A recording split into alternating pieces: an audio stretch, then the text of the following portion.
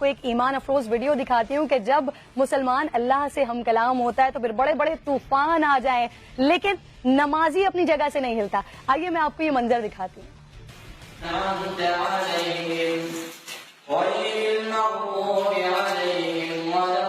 Indonesia میں زلزلے کی ویڈیو سوشل میڈیا پر وائرل.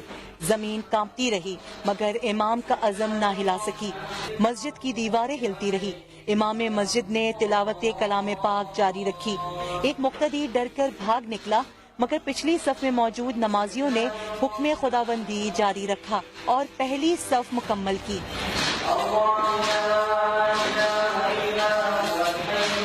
امام اور نمازیوں کے اس جذبہ ایمانی کو دیکھ کر تمام مسلمانان عالم انہیں سلام پیش کر رہے ہیں. زلزلے کے جھٹکے 58 سیکنڈ تک محسوس کیے گئے جس کے باعث 100 سے زائد افراد جاں بحق ہوئے.